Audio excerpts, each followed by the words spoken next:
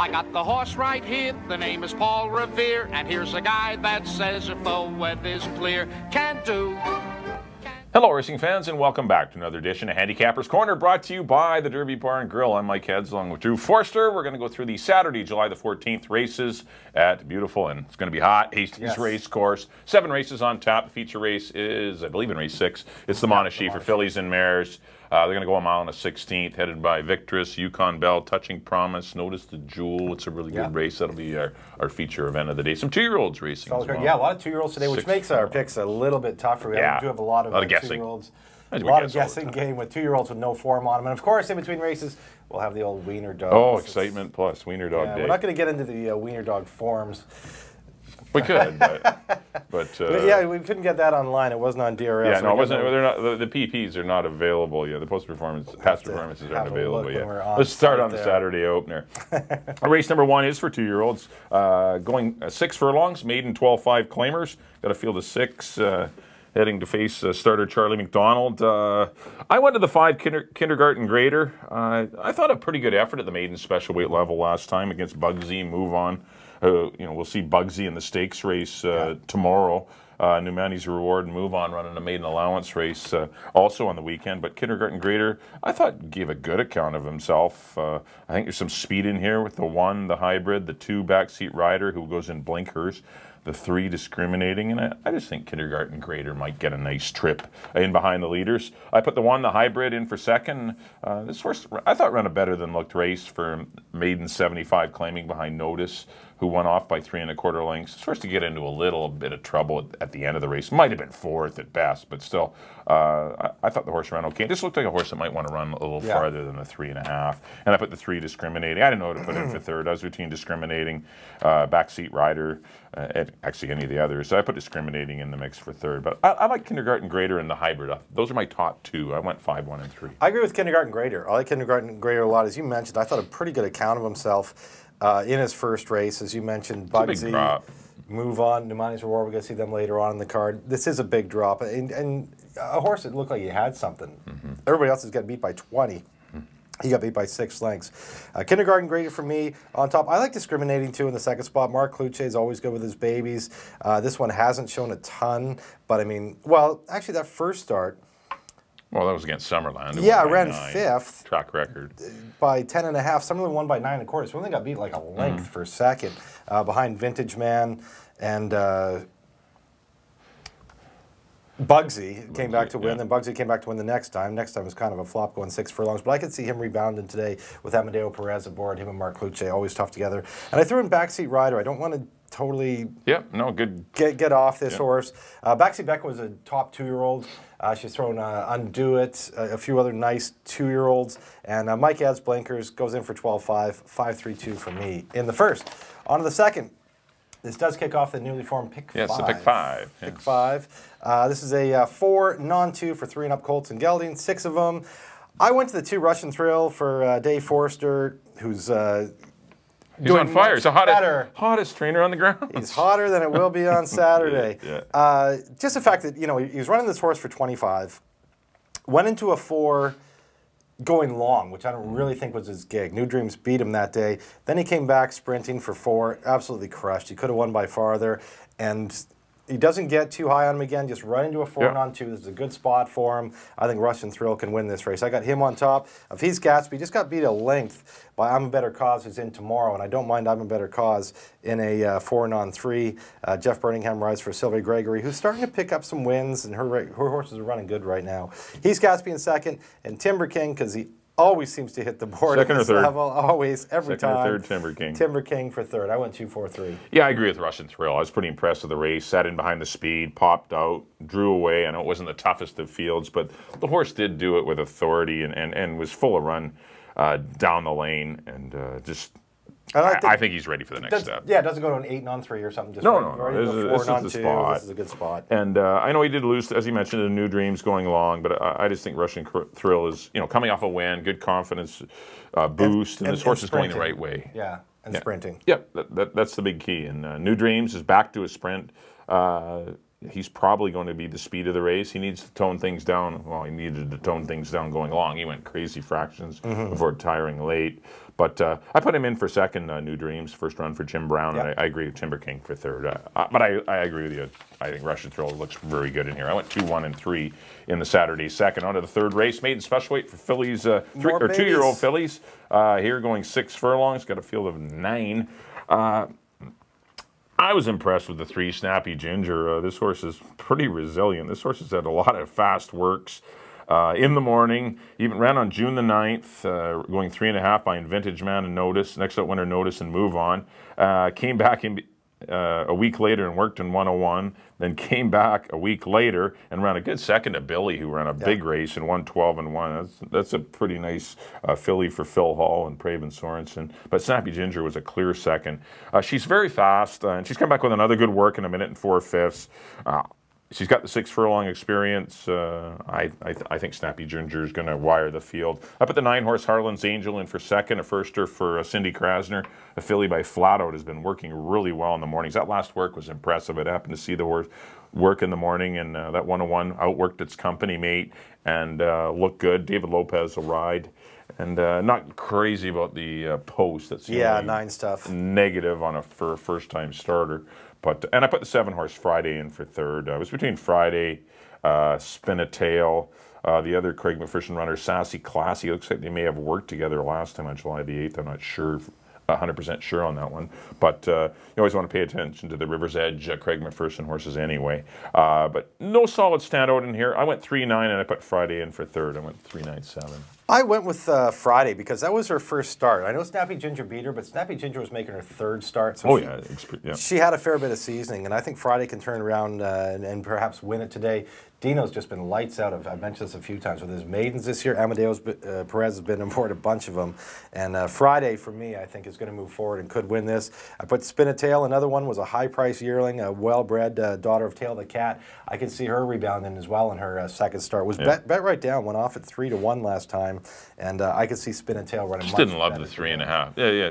Just some horses aren't, she's not a 3.5. She's a Tail of the Cat out of a Dehara mare. She's going to want to go longer. Any of the Burning Hopes went long, and like the damn Burning Hope. Yeah, definitely a 3.5. She didn't showcase much of her abilities. 2 turns is going to be much more to her liking. I put in Snappy Ginger for third. She's going to be probably a short price. I'm not crazy. I'd like to give horses that were making their first start over one that was making her third with a chance to improve. So I went 7, 8, and 3 in the third.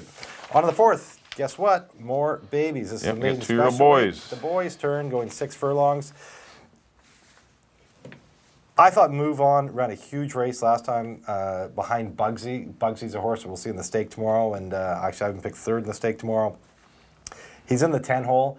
That's brutal. That is tough going 6. That's brutal. But I'm hoping he can overcome it. I'm hoping Aaron can work out a trip for him. I still think I don't want to go against him. That's why I put him on top. He is vulnerable because of the 10-hole, and I think he's probably the most accomplished. Just a horse going the right way in the field. You look at, and he's making his 4th start, but 9th by 17, 3rd by 5, second beat a length. He's just a horse really traveling the right way. So I stuck with Move On. I put Dat Day, Craig McPherson horse. Enrique Gonzalez had options in here, and he lands on Dat Day. This is another one I think could improve impressively in his second start, ran 3rd in his first start. Goes on the Lasix program now. That's not going to hurt his chances either. Dat Day for me in second, and Numani's Reward, another one that's probably going to take a fair bit of money in here, finished just behind Move On in their last out of the Jim Brown barn. So Hinsavachi rides, he's live as well. 10-4-3 for me. I have the same 3 horses. I just put Numani's Reward on top. He didn't get the best of trips at all last time, but he was 4 wide early and then was in between horses. Bugsy put pressure on him immediately down the backstretch. Bugsy was a lot of horse that day. And Numani's Reward ran on well, and he's come back with a good minute and a tick work. I mean, that's a really good work for a 2-year-old. He's a big, good-looking horse, and I just think he's sitting on a really good effort, and I think this could be his best race, Numani's Reward, and hopefully it's good enough for the victory. I agree with the 4 Dat Day. You mentioned all the great points. A good run going 3.5, goes on Lasix, was 3 wide the whole race, come back with 2 good works, though, and Enrique had some options, and he ends up on Dat Day for Craig, and This one's live, definitely nicely drawn 2 in gate 4, and I put the 10 move on only because of the post. I didn't. I'm not crazy about the post either. He was drifting out on the turns, bumping horses anyway last time, so maybe the 10 post is going to be fine for him. Maybe he wants to be out there, but still even 6.5. You know, that extra half furlong makes a big difference. You could get fanned out 5, 6 wide. A couple other horses quickly to touch on. The 2 Proud and Loud. Better than his last race indicated. Yeah. First time Lasix. He's got a series of good works. He ran he didn't run very good at all on his debut. He was 2-1, and he had some nice works going into the race, but did not run to those works. But he's had a series of works since. He looks like a horse that'll be better going 6. And also Ring of Kerry had some trouble leaving the gate last time, and it wasn't all that far behind Bugsy Move On and New Manny's Reward. I thought he was another one worth mentioning. But anytime you're dealing with 2-year-olds. Tricky notice I'm going to mention too. We actually walked out of the gate last time, made up some nice ground. It doesn't say anything on the line there, but he got left bad last time, and he could be tougher this time. Yeah, I went 3-4. I agree with Drew. It's 3. I just flip-flopped the picks. I went 3, 4, and 10, but they're very exciting, and it's always fun to watch the 2-year-olds run 2 turns, going 6 panels. On to the 5th race. We do have some maiden $4,000 claimers here. Got a big field here of 11 of them. 11. One waiting to get in, too. 6.5 furlongs is the trip. The 2-horse Bionic, it's tough to get by him. Good 4th for 16, or decent 4th for 16 grand. I know the horse only beat a couple of horses, but still. R.W. Stanley, Cedar Shines came back to win. Red Buffalo, he was only 3/4 of a length out of 3rd. Bionic runs that race back. Yeah, I think he has to win the money in here. Coat of Arms would be next. He needs to be better than he was last time, but maybe he will be. It was just his first race in over a year, and he'll be better served this time, second time out. Good work in 48 4/5. Aaron Greider aboard. And I put the 5, Kaki's Command for Julie Wicks. I didn't know who to go for 3rd. I mean, I could pick a bunch of them. It's 2 and 4 for me in here, and then somebody. But I went with the 5 for 3rd. I went 2, 4, 5. I just flip-flopped him. I mean, Bionic and Coat of Arms, I have trouble separating them. Their buyers are very similar. Bionic's coming out of a 16. In for 4, he's going to be very tough. Coat of Arms, as you mentioned, needed the race last time. He'd been off for over a year. Right. First out of the box. It impressed the pace, too. They went in 22 and 2, 46. Those are decent fractions. He got tired, but I mean, the horse will be better this time. He's going to be better this time. So it's those. I'm with you, but I just went the other way. I went Coat of Arms over Bionic, and I threw in Fashionable Gold. He's been right there, except for the one time that maiden 8, 2 starts back, where he almost clipped heels and just called it a day. Every other time he's run second, he's been right there against My Grayson, who's reeled off some wins, Naughty Nitro, Russian Thrill, who we both like in the second race today. So I didn't want to leave Fashionable Gold out for Terry Nigel. I'll put him in for 3rd. Before we go to the next, Coat of Arms, was that not the race where the 2 horses had to have their shoe repairs? Yes. Was Coat of Arms, and that's another negative for Coat of Arms. For like I just remember, I thought it was Coat. I know it was one it was Coat of Arms, and it was some other horse. Anyway, there's 2 of them. But Coat of Arms, Mike's, I think. Actually, O Dexter. I think it was O Dexter, and they're both in the race. But both of them had to sit in the paddock for a long time, get shoe repairs, and that's going to cause a negative effect on a performance as well. It's really tough to sit in there, especially when it's your first start in a year. That's another. I don't want to make excuses for a horse that probably is going to be 5-2. No, that's a good point. But I mean, it's a good point to bring up that they did. Both O Dexter might be better too. And him, and especially you've been off a year now. You come and you stand in the paddock for 20 minutes. I know it's that's brutal. Anyway, 4-11 for me. The Monashee. The Monashee, the highlight of the Saturday card for fillies and mares, going 1 mile and a 16th. We have the same horses in the same order here, which is a little rare, and the fact that not really indicative of how competitive this race is. But I went to Yukon Belle. I just think she ran a lot of good races last year as a 3-year-old. She kept running to Dash and Dawn, and I just think that she's going to be a lot better 4-year-old. You know, she's a filly that likes to go long and just kind of a, you look. She ran good at 2. She won the Fantasy. Was better at 3, and I just think she's better at 4. I thought there was a really top effort last time behind top quality. Only got beat 3/4 of a length. Yeah, she's a nice filly for Blaine, right? But by a very tough filly in top quality, and I think she's sitting on a win. I put Yukon Belle on top. I put Victress. She hasn't started since the 23rd of November. However, she'd been off since January last year, and she came back to win this very race. And it looks like there should be some speed to set her up. But I think Yukon Belle has the fitness edge, and I'm going to go with her over Victress, who can fire fresh and can fire big ones. And I put Touching Promise, classy old mare. I think she ran really hard in the Vancouver Sun, and I think maybe she regressed a little bit in the Strawberry Moor. She didn't run well last time. But I think that she could bounce back with a much better effort today. I went 6-2-7. Yeah, I have the same 3 horses. Yukon Belle has speed, and she's not going to get a 24, 48, and 3.5 this time, but she is. But she doesn't have to go. No, she's versatile. She can sit off. I mean, Indy Rock has speed. She's not fast out of the gate, though, Indy Rock. If you watch Indy Rock's races, she walks out of the gate and then gallops up. And good luck to you. Sometimes breaks, sometimes doesn't. But both of them can show speed. But if Yukon Belle has some versatility and, didn't get a great break in the weights, but someone had to be the high weight in here, and she was the one that ran second. I know, it's kind of funny how the weights worked out. I know, she had to pick up 4 pounds. But that happens. It's just a race where there was... Everything fell apart, and then she, because she ran the best last race. And so she got to be the 1/8 because someone has to be 118 apparently. Yeah, so, well, you can't make the high weight. What she carried last time? 14. You can't make the high weight 14, and then everybody else is carrying 7 and 8 or something like that. But it was just one of those races where there's everyone's left. Top Quality didn't nominate. Alfred Bay's gone and didn't nominate, and so Yukon Belle got left to be high weight, but. Still, she's consistent. Always someone seems to run a little bit better than her, but she's always on the board. She's a cool mare. I put the 2-horse Victress. She's been training well for Robin Vicky Gilker. Looked great in the mornings. Amadeo Perez does take off, Touching Promise for her, and I don't, that's a tough call, but I don't blame them, for taking a Victress. She's a pretty, accomplished mare. Her only poor races are when she's left Vancouver. Yeah, I know. She loves this oval here. The only time she's run 5th was in the Ballerina last year behind Notice to Jewel, but other than that, she's been 1st or 2nd every time here in Vancouver. But and you're right, she should get a good pace, could get a good pace to run at. And the 7 Touching Promise, I'm not going to give up on her either. I know she is 8 now, and maybe she's lost half a step, and you don't want to lose half a step against stakes horses. But I mean, she's worked well since, and she gets her nice draw. I mean, she's better in the fall when the track gets sloppy, and her best races are always in September. I just think second time going long, right? She ran good first out. Second time might have bounced a little bit. It might have been a lot on it because she was off a full year, or actually she only had 1 race in 2 years. So I mean, it was that sprint against Alfred Bay and Careless Figure might have been exhausted or more, and even the 4-week layoff still wasn't enough for her first try going back long because she hadn't routed since the distaff of 2 years prior. So, but.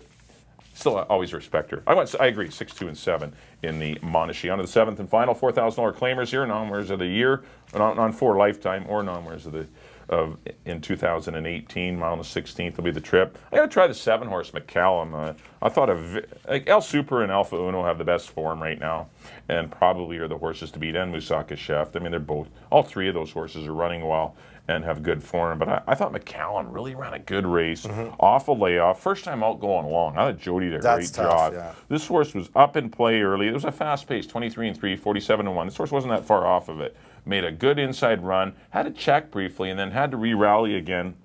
And it's hard for a horse to be off that long to re-rally again. And I thought he ran okay, and was only beaten 2 lengths to El Super.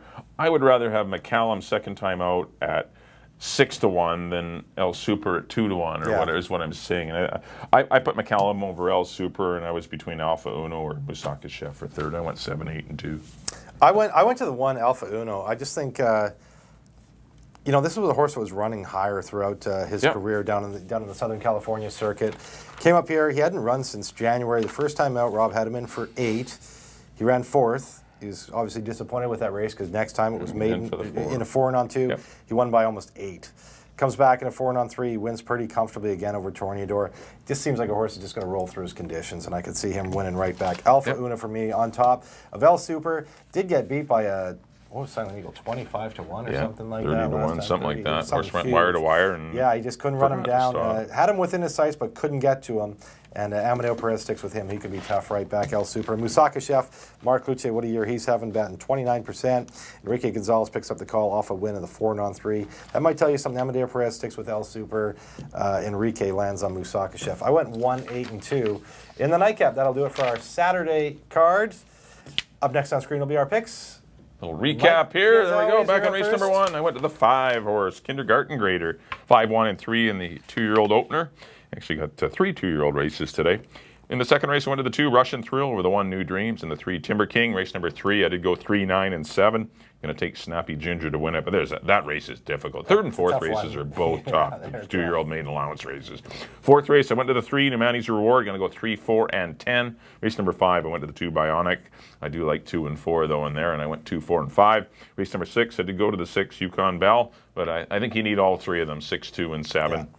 A good renewal of the Monashee. And the 7th and final, I like the 7, McCallum. I was impressed with him. I'm going to go 7, 8, and 2. Closing out the day with a shot. I like it. Back in the first, actually, me and Mike share the early daily double. I took the 5 in the first kindergarten grade over the 3 and the 2. And in the second, number 2, Russian Thrill over the 4 and the 3. In the third, I went to the 7, the Dino Condylinosaurus Friday over the 8 and the 3. In the fourth, hate the post, but I like the horse, number 10, Move On over the 4 and the 3. In the fifth, I'm here with Mike, 2 and 4, 4, 2. I went 4, Coat of Arms over the 2, Bionic, and I threw in the 11, Fashionable Golden for third.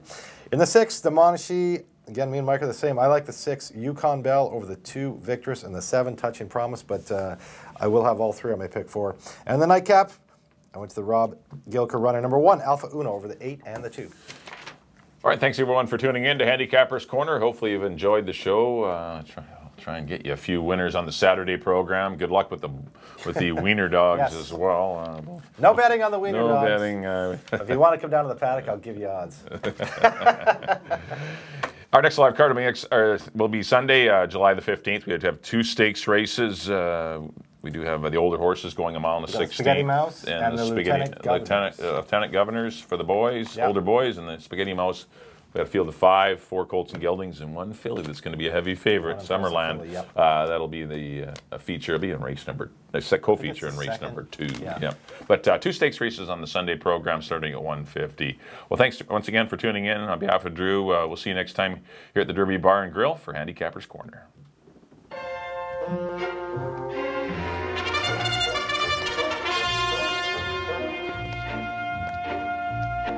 I got the horse right here, the name is Paul Revere, and here's a guy that says if the weather's clear, can do.